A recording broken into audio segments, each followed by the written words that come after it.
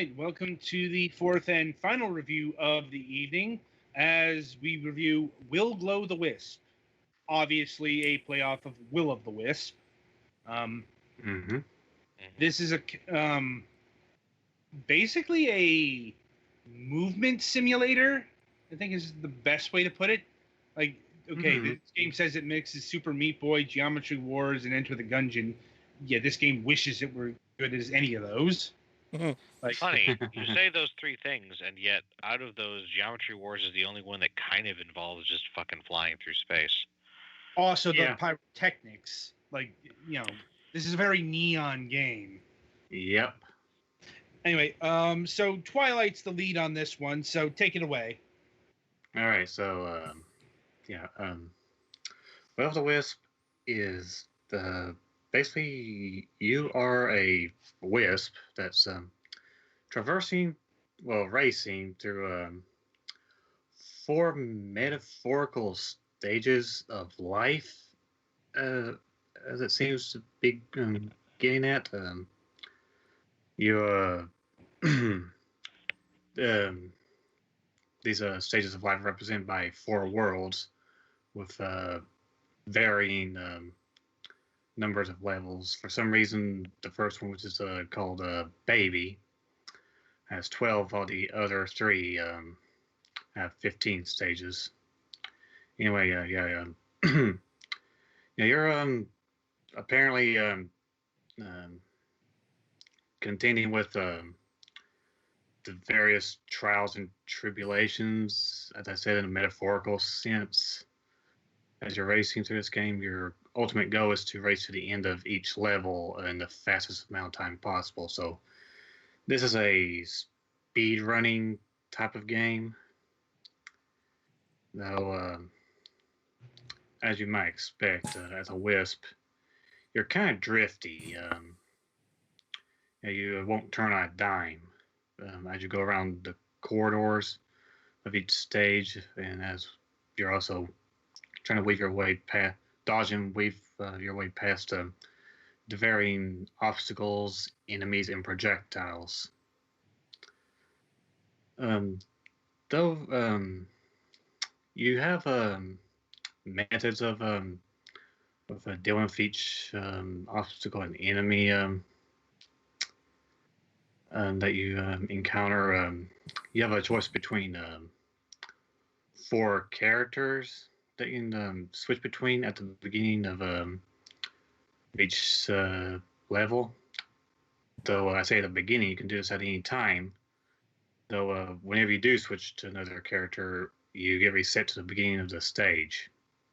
Because cheating. Yeah, basically. Yeah, it'll be too easy then. Um, so yeah, you can switch between a green and blue orb. You know, switch to a yellow star. That's how I like to describe it, at least. And a pink heart. But what ability do horseshoes give you? I'm not sure how to respond to that. Anyway, yeah.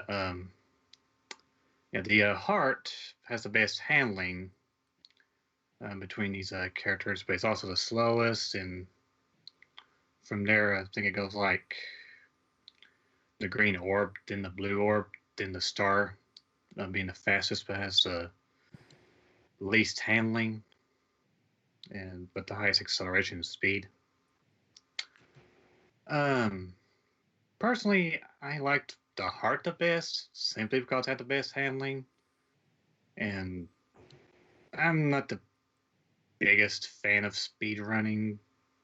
I'm not that I dislike the game, but I'm not crazy about speed running myself, so I wasn't too concerned with getting to the end of each stage the fastest. Though you are encouraged to move as fast as possible as you progress through the game, because eventually you won't be able to sit still long enough There isn't like a take your kill time. timer, is there? No, there's no kill time, though. I'll get to that in a moment. There is a sort of case of that, but not in the regular gameplay. Okay. Yeah, I'll get to that a little bit here. Before I forget, you also have the ability to charge and aim yourself to gain a boost in speed, which is actually really handy. Time slows down some when you do this. So you can use this as long as you don't get hit by something. Just take your time and aim yourself in a direction to get past certain obstacles. It's also good for stopping yourself, so it's like a set of brakes in a way. And let's see here. It's got some other well, besides the whole stopping thing, it's good for turning corners as well, from my experience. Anyway, before I start rambling here, let's see here. Oh, yeah. Um, other opinions from my experience with this game. Like I said, I'm not the biggest fan of speed running, though I did enjoy the game to some degree, and I didn't really have any major issues with the um, game overall. And before I forget, there's a um, panels that you come across. I'm watching Patty Fan here, and he's encountered the I guess you could call it a boost panel. Though there's another panel like it that you encounter later on that's shaped like a lightning bolt. This one's an arrow. Um, yeah, you encounter a boost panel that will boost your speed, of course. There's another panel that looks like a hourglass that slows down time, which is good for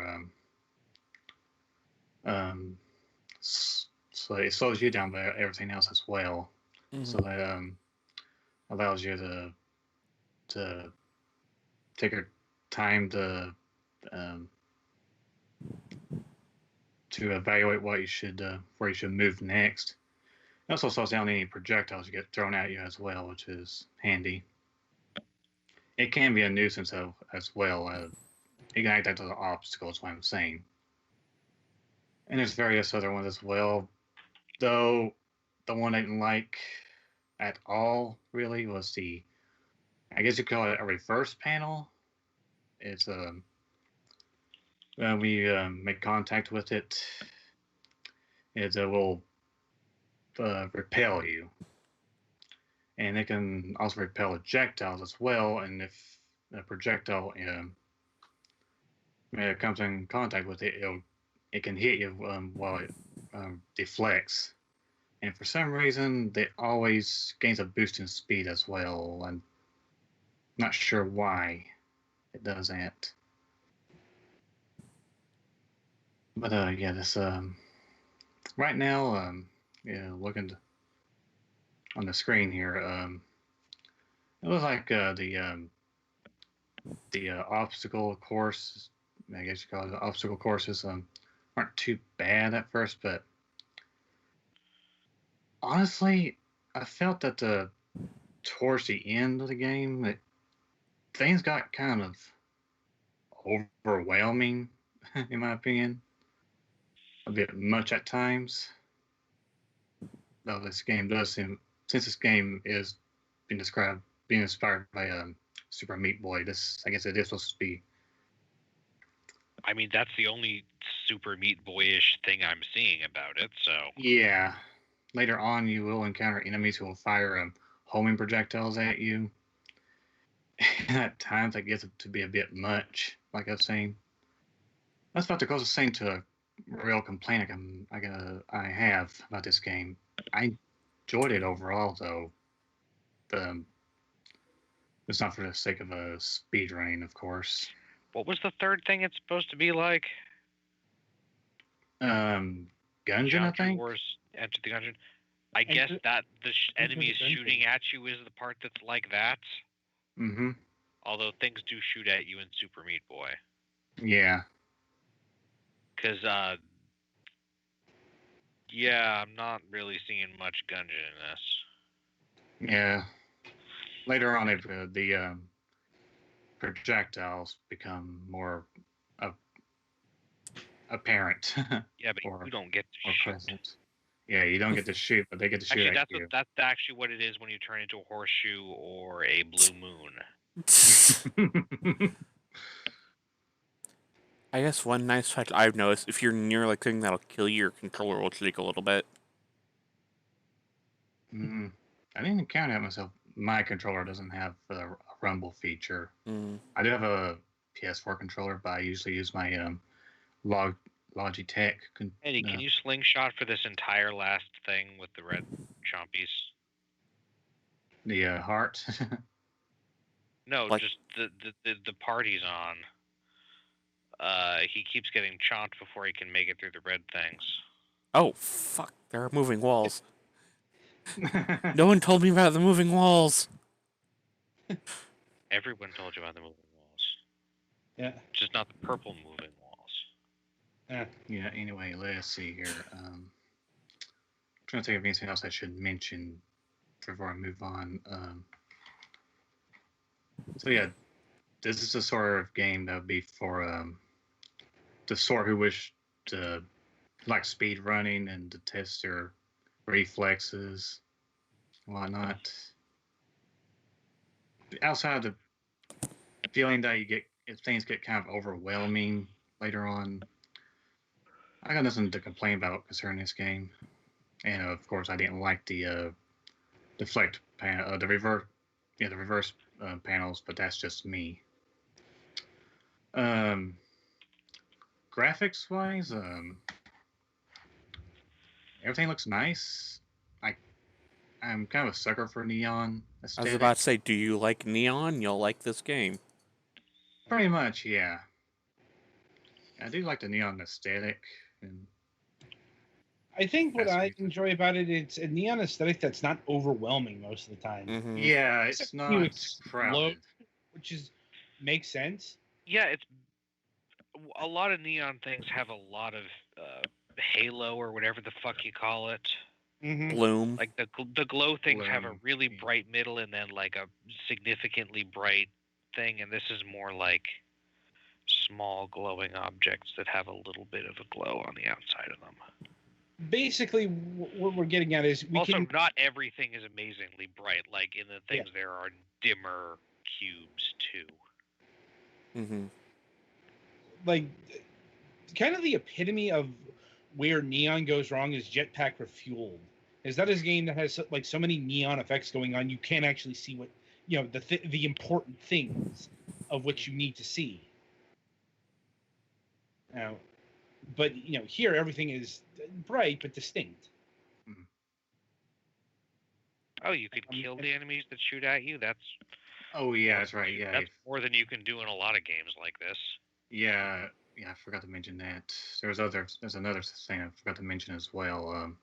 Yeah, you can kill enemies by making contact with them. Oh, and sometimes you have to make doors open. Yeah, in order to make progress. Yeah, I mentioned before the whole kill time thing. You can unlock what's called developer levels, where you challenge the developer's ghost, or recorded character, and pretty well just about all of them except for one that I've encountered. If you get left behind by the ghost, you die. Which, honestly, So kind of unforgiving like. unforgiving compared to racing games where that do ghost trials. Mm-hmm. Yeah. Yeah. Personally, I didn't like it. Doesn't give you a chance to try to practice the course. But that's just me, though.